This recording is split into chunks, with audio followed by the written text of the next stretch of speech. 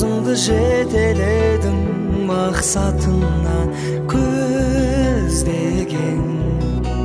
Жылы сөздерің жүрегімде,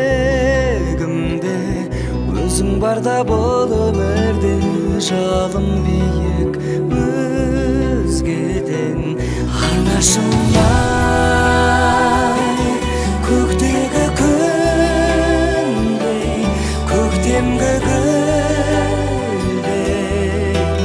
нұрын сепкен жаныма жанашырай.